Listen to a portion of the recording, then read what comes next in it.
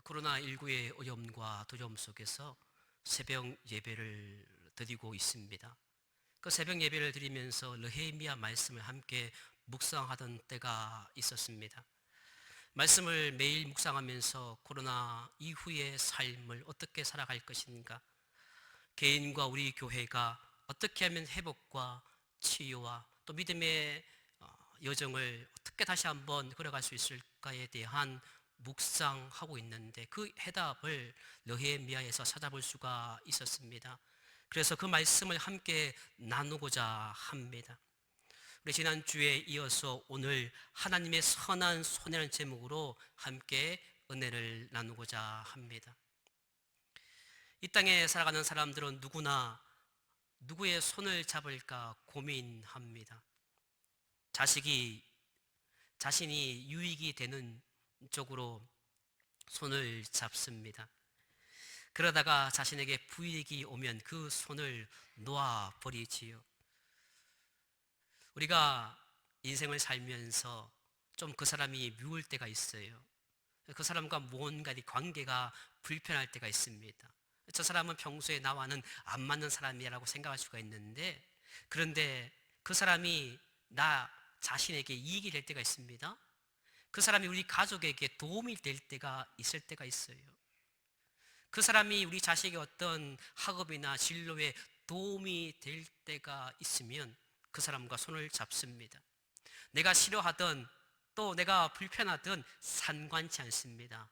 이익이 되면 적과도 손을 잡을 수가 있는 것이지요.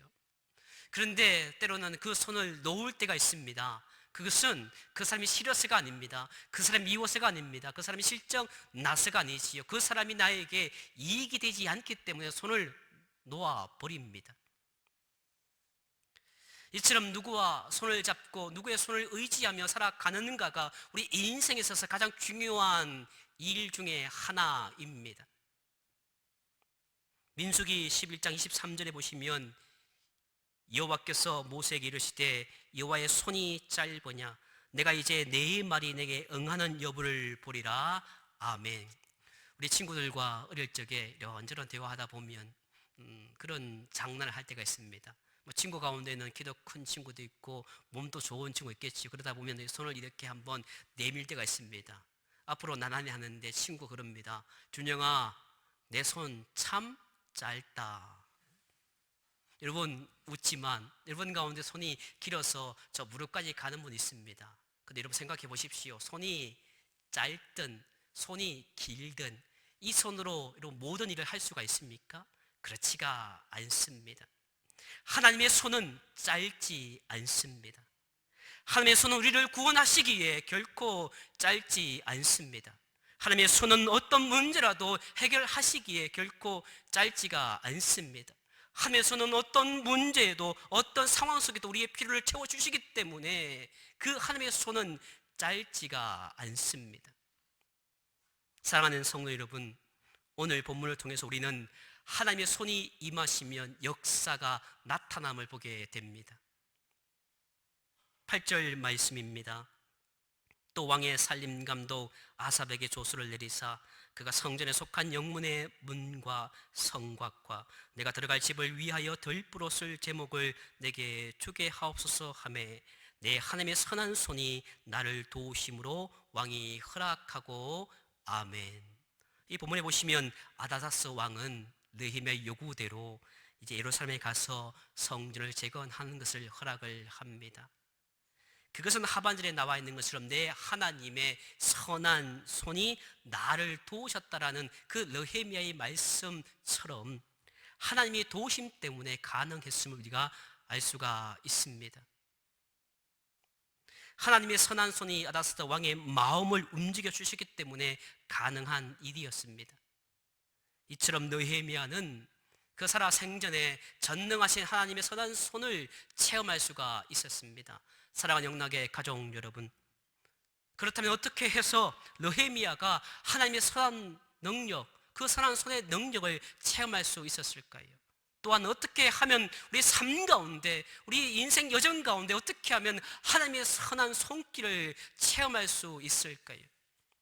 그 해답을 본문을 통해서 살펴보고자 합니다. 먼저 하나님의 선한 손의 능력을 체험하기 위해서는 기도하며 기다려야 합니다. 본문 2장 1절 말씀 보시면 아닥사스 왕 20년 니산 월에라고 기록하고 있습니다. 또 본문 4절 말씀 보시면 끝부분에 하늘의 하나님께 묵도하고라고 되어 있습니다. 이 느헤미야는 힘들고 어려운 시간 속에서 기도하고 또 기도했습니다. 그런데 당장 왕 앞에 나갈 수 없는 상황 속에서 그저 기도하고 있었습니다. 어느 날 왕과 만났는데 왕의 느헤미야의 얼굴을 보니까 수심이 가득한 거예요. 네가 무슨 일이 있느냐?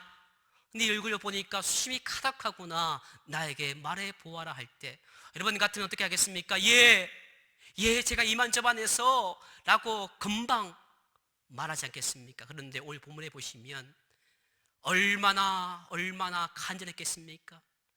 그 왕이 자기의 마음을 알아주니 당장이라도 그 내용을 말하고 싶었는데 4절 말씀 보시면 그 순간에도 하늘의 하나님께 묵도하고라고 되어 있습니다. 기도했다는 것이지요. 우리는 너무 쉽게 말합니다. 너무 자기 생각을 이야기합니다. 마치 그 생각이 정상적이고 정당한 것처럼 자식에게, 자녀에게, 가족에게, 심지어 교회에다 그것을 요구합니다. 여러분, 이 느헤미야는 자그마치 그 오랜 4개월 기간 동안 기도함으로 그래도 마지막 순간까지도 기도했다는 말씀이지요. 사랑하는 영락의 가족 여러분, 그렇습니다. 우리가 말을 할 때도요, 무슨 행동을 할 때도요, 누군가가 내 생각을 들어주길 원하면서 그 상황을 설명할 때도요, 기도하라는 것입니다. 또한 이 느헤미야는 기다렸습니다. 성경 말씀 보시면 오늘 그 본문에 아닥사스 왕 20년 니산 월이라고 되어 있습니다. 그런데 우리가 지난주에 함께 말씀 나누었던 것처럼 1장 1절에 보시면 아닥사스 왕 제20년 키스르월이라고 되어 있습니다. 이것은 무엇을 의미하는가 하면 우리가 1월, 2월, 3월, 4월처럼 그 당시에 키스르월은 바로 11월과 12월을 의미합니다.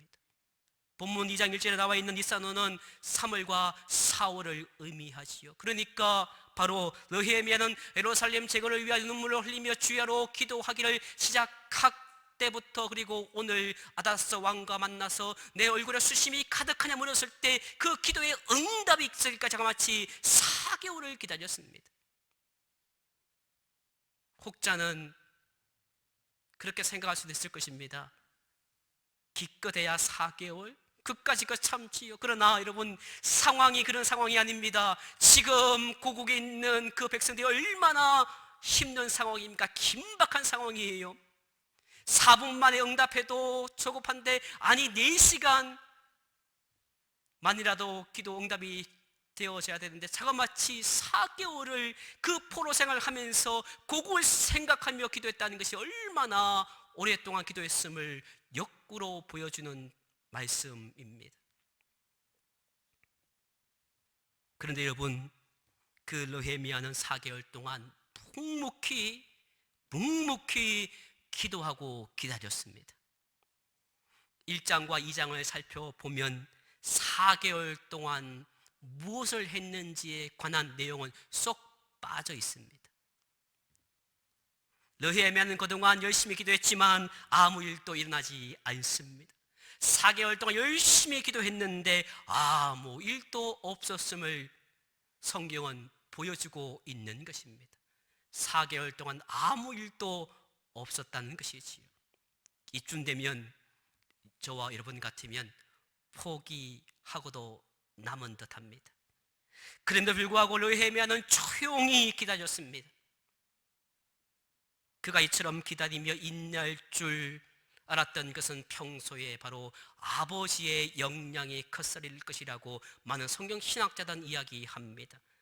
1장 2절에 보시면 느헤미야의 아버지 이름이 등장하는데 그 아버지의 이름이 하가야입니다. 하가야는 바로 그 뜻의 이름이 바로 무언가 하면 주님을 기다리라라는 것이지.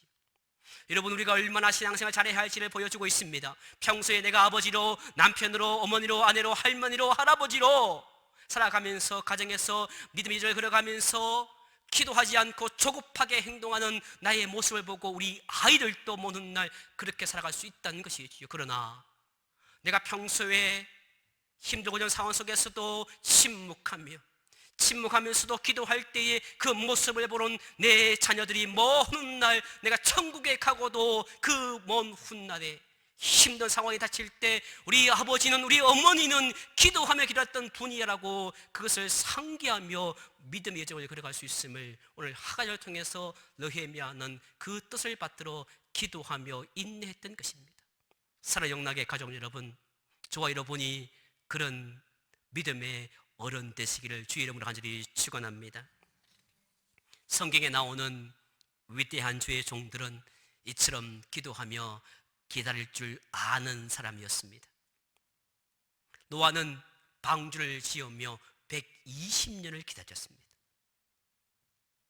아브라함은 25년을 기다린 후에 아들을 얻었습니다. 이삭과 리브가가 만났습니다. 당장 아이가 생겨야 되는데 20년 동안 기도합니다. 여러분, 신혼 부부들이 가장 기다리는 게 무엇이겠습니까? 자녀이지요. 제 친구 중에도 아직까지 결혼이 20년 넘었는데 아이가 없습니다. 1년, 2년, 3년, 4년 지날 때마다 얼마나 안타까운지 몰라요. 지나가는 아이만 봐도 너무너무 힘들다고 고백을 하더라고요. 그만큼 결혼한 가정에는 자녀가 그렇게 소중한 것입니다. 그런데 이삭과 리브가가 결혼하고도 20년 동안 자녀가 없었습니다. 그들이 어떻게 했습니까? 기도하고 기다렸던 20년 만에 자녀를 얻습니다. 요셉도 꿈을 이루기까지 묵묵히 17년 동안 기다렸습니다. 그것도 어디서 기다렸습니까? 종살이 하면서, 하인생활 하면서 힘들고 어려운 상황 속에서도 묵묵히 침묵하며 17년을 기도하며 기다렸습니다. 다윗도 하늘의 뜻이 이루기까지 사위로서 장인에게 쫓김을 당하며 광야 생활하면서 그 아들로부터 배반을 당하는 그 도망자의 신세, 모든 그 상황 속에서도 기다리며 기도했습니다. 그래서 하나님의 뜻을 이루는 위대한 왕이 된 것입니다. 비록 더디게 느껴질지라도 약속된 말씀을 믿고 기다릴 줄 아는 사람이 믿음의 사람들입니다. 예수님도 마찬가지입니다. 곧바로 당신의 사역을 시작한 것이 아니지요. 여러분, 예수님이 누구십니까? 완벽한 인간이지만 완벽한 하나님이십니다. 당신께서 능력이 없어서 기다렸겠습니까? 아니요, 하나님의 뜻을 따라 기다렸습니다. 성경에는 단 3년의 공생의 기간이 나타났는데 그 3년의 공생의 기간을 위해서 자그마치 30년을 기다렸습니다. 성경 계속적으로 낙심하지 말고 포기하지 말고 기도해야 함을 강조하고 있습니다. 누가복음 18장 1절 말씀입니다. 예수께서 그들에게 항상 기도하고 낙심하지 말아야 할 것을 비유로 말씀하여 아멘. 이 말씀은 바로 예수님께서 과부와 재판장의 비유를 설명하면서 시작하신 첫 번째 말씀입니다. 그리고 이어서 5절 말씀 이렇게 말씀하고 있습니다. 이 과부가 나를 번거롭게 하니 내가 그 원한을 풀어주리라. 그렇지 않으면 늘 와서 나를 괴롭게 하리라 하였느니라. 아멘. 여러분, 이 세상 살다 보면요, 아무것도 아닌 것, 누가 봐도 사소한 문제를 가지고 그렇게 번거롭게 하는 사람을 만날 때가 있습니다. 찾아와서 귀찮게 해요. 너무너무 아무 문제도 아닌데, 신앙생활 하는데 문제도 아니고 믿음의 여정을 걸어가는데도 아무 문제가 아닌데 그 사소한 것 가지고 힘들게 하고 번거롭게 하는 분들이 있습니다. 오늘 성경 말씀 보시면 이 과부가 찾아갔다는 것은 그런 사소한 문제가 아니라는 거예요. 생존의 문제고 삶의 문제고 하나님께 기도했다는 것을 역설적으로 보여주고 있는 것입니다. 예수님께서는 과부의 비유를 들면서 여러분이 힘들고 어려울 때, 어떤 일을 시작할 때, 즉 살아가는 모든 일들 가운데 주님께 기도하며 기다리라고 말씀해 주고 있습니다. 우리는 큰 일 두고는 기도합니다. 그러나 아주 작은 일에는 기도하지 않습니다. 기다리지 않습니다. 여러분이 식사 때 기도하고, 그리고 차를 살 때 기도하고, 아이를 학교 보낼 때 모든 일에 기도하며 기다리란 말씀을 오늘 예수님께서는 이 과부와 재판장 비유를 들고 말씀하고 있습니다. 성도님 여러분, 여러분이 살아가면서 직장 문제, 사업 문제, 물질 문제, 자녀 문제, 결혼 문제, 모든 문제가 있으십니까? 무슨 문제를 가지고 살아갑니까? 문제 없는 이가 어디 있습니까? 무엇을 놓고 기도하고 계십니까? 응답이 늦는다고 불평하지 말고 믿음으로 기다리시는 저 여러분 되시기를 주의 이름으로 간절히 축원합니다. 기다림이 길어진다고 낙심하거나 주저앉지 말고 끝까지 기다리시기 바랍니다. 이 또한 지나가리라. 모든 것은 지나감을 믿으시기 바랍니다. 하나님의 손길을 기다리되 느헤미야처럼 기도하며 기다리시기를 바랍니다. 사랑하는 영락의 가족 여러분, 하나님의 선한 능력을 체험하기 위해서는 기도하며 계획을 세워야 합니다. 오늘 본문 6절과 8절 말씀을 보시면 이 느헤미야가 왕께 이제 말을 할 때 마침 왕후가 그 자리에 있었습니다. 여러분, 평소에 이 국정을 논할 때 왕후가 함께 한다는 거 쉽지가 않지요. 그러나 때마침 왕후가 함께 있을 때 아주 느헤미야는 구체적으로 의견을 제시합니다. 첫 번째 6절 말씀 보시면 기한을 정했다라고 기록하고 있습니다. 그 말씀이 무엇입니까? 느헤미야가 누구입니까? 술 맡은 관원입니다. 왕에게는 꼭 필요한 사람이었습니다. 이 술 맡은 관원인 느헤미야가 잠시 자리를 비우면 자기의 생사가 달려있기 때문이지요. 음식을 주관했습니다. 모든 신변을 주관했습니다. 그런데 느헤미야가 장기간 자리를 비우면 얼마나 걱정하겠습니까? 그래서 느헤미야는 언젠가 왕이 나를 부르시고 내 기도가 응답되었으면 왕에게 소상하게 말할 것이야. 그는 기도하면서도 구체적으로 계획을 그림으로 그려갔던 것이지요. 반드시 일을 끝내고 돌아오겠습니다. 왕이시여 걱정하지 마옵소서. 둘째로 이 느헤미야 7절 말씀 보시면 왕에게 조서를 써달라고 이야기합니다. 느헤미야가 있던 장소가 어디입니까? 이방 땅입니다. 근데 그 유다 땅까지 얼마나 긴 여정이겠습니까? 관문이 많았을 것입니다. 장애물이 많았을 것입니다. 그 모든 장애물 유다까지 가는 데 있어서 통과하는 데 어림이 없도록 조서를 써달라고 하지요. 이것은 바로 통행증명서입니다. 당신께서 통행증명서 써주시면 이것을 보이면 모든 길을 무사 통과하도록 해주십시오라고 그는 조서를 부탁했던 것이지요. 더 나아가 치밀한 계획을 세웁니다. 바로 8절 말씀에 왕의 살림 감독인 아삽에게 말씀해 주옵소서. 건축 자재를 위해서 허가서도 발급해 줄 것을 당부합니다. 그 당시 유다가 부자였습니까? 아니요. 가난하고 아무것도 없는 집 짓기조차도 힘든 그런 상황인데 무너진 성과 불타버린 성문을 재건하고 총독인 자기가 거처의 집까지 짓기 위해서 여러 가지 제목을 얻기 위해서 살림 감독인 아삽에게 조서를 써달라고 부탁을 합니다. 느헤미야는 4개월 동안 기도만 하고 앉아있지 않았습니다. 치밀한 계획을 세우며 기도하고 나아갔습니다.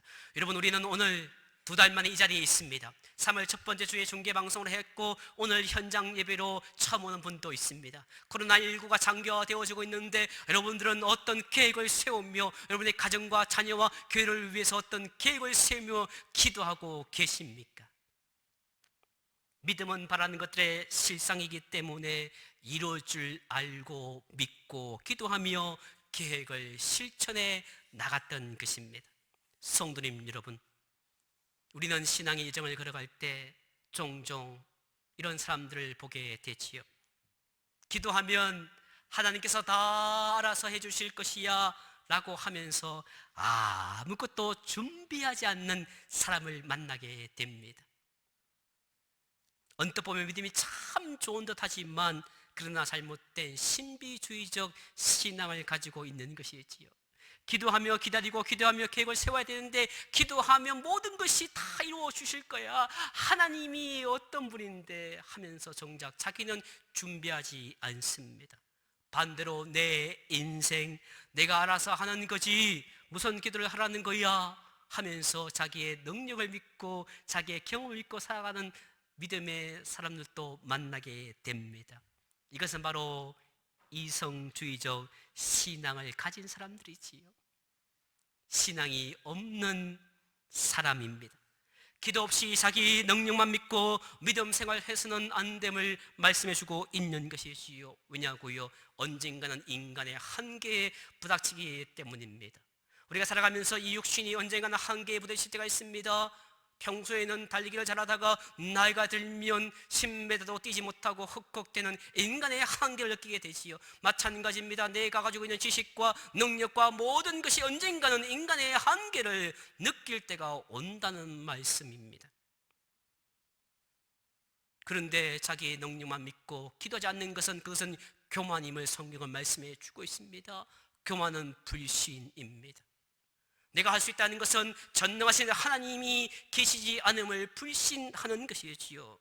느헤미야는 전적으로 기도에 힘쓸 뿐만 아니라 왕에게 상세한 계획을 말씀드렸더니 어떻게 되겠습니까? 4개월 동안 철저하게 기도하고 기다리고 기도하고 계획했으니 왕이 선뜻 허락하지 않았겠습니까?